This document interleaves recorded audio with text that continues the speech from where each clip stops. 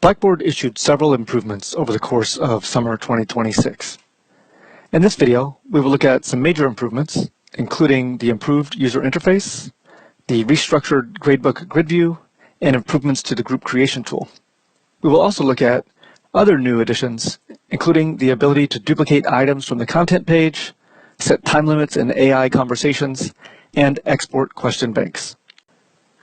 If you're just returning to Blackboard, you may notice several changes to the user interface. For one, the Courses drop-down at the top right has been improved to allow you to quickly switch to recently viewed courses, favorite courses. You could also search for courses or view all to view all of your courses. Another change is that many items, including quizzes, tests, and documents, will now open in a full screen window. For example, if I open this document, you can now see that it opens to a full page and not a slide out window with a red X. You can leave the page by clicking the X, or you can use the newly introduced breadcrumbs to navigate to your course. These are located in the black menu up at the top of the page. Major improvements have also been made to the gradebook grid view. For one, you now only have two options on the left side, either the grid view, which you see here on the screen, or the list view. The list view remains unchanged. If you worked out of the Overview tab in the past, that has now become the To Do tab, which is located over on the right side of the screen. And here you will see items that need grading or need posting. When in the grid view, you will now see more content on the screen. Blackboard has reduced the blank spaces, removed some redundant icons, and decreased the size of some of the items on the page to allow for more content to be viewed. Clicking on the assignment name will take you to an assessment details window, which allows you to view assessments, post grades, and send notifications. You could also download submissions from here. You may also see icons that look like a pencil and a paper, which shows that items need graded. Clicking that icon will take you to the submissions page. And you may see an icon with a paper airplane, which shows that grades need to be posted. If you click in a grade box for a student, Blackboard has introduced this grades details panel. Here you can see the student's score. You can look at submission details. You could view the submission. If feedback was left, you could view the feedback, or you could add feedback from here. The same with graders' notes.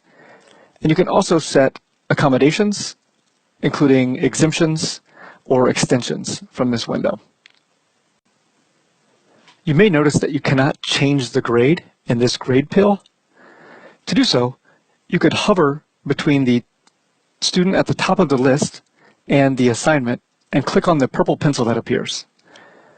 This will outline all of the grade boxes in this column in purple, and you can quickly move through each item or each student and update or add grades as appropriate. When finished, you can click the checkbox. Again, you have to hover between the top grade and the assignment, and that purple pencil will appear. The last major change over the summer was improvements to the group creation tool.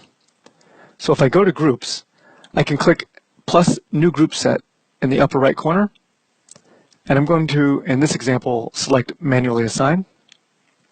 I can name my group set, and then here next to add groups, I can now create multiple groups at once. So if I select that, I can choose how many groups I'd like to create.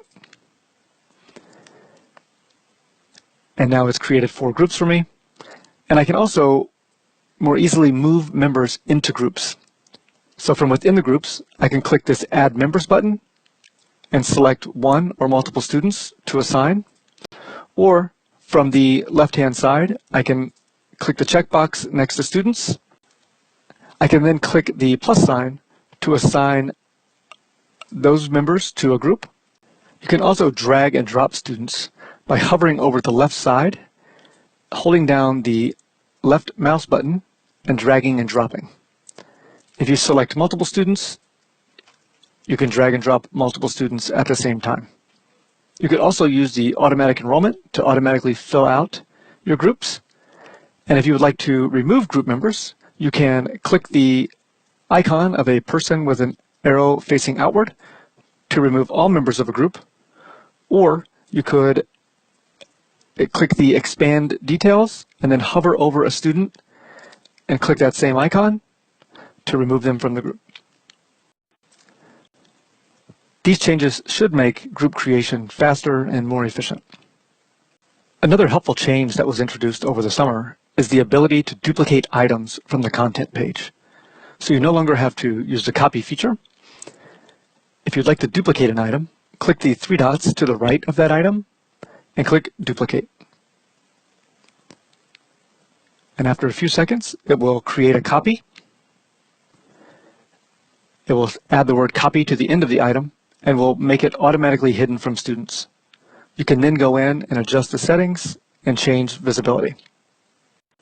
Another new feature is the ability to set time limits in AI conversations. Here I have a conversation that was already created. So I'm going to edit that conversation. And here in step 2, you will now see a drop-down caret next to conversation constraints. Here you can set a message limit for the number of messages that student could make. And now you can also set a time limit.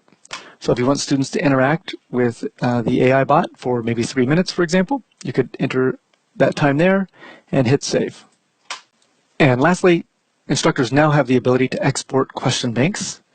To do this, go to Question Banks in the Details and Actions menu on the right-hand side. Click the three dots to the right of the question bank you would like to export, and then choose Export.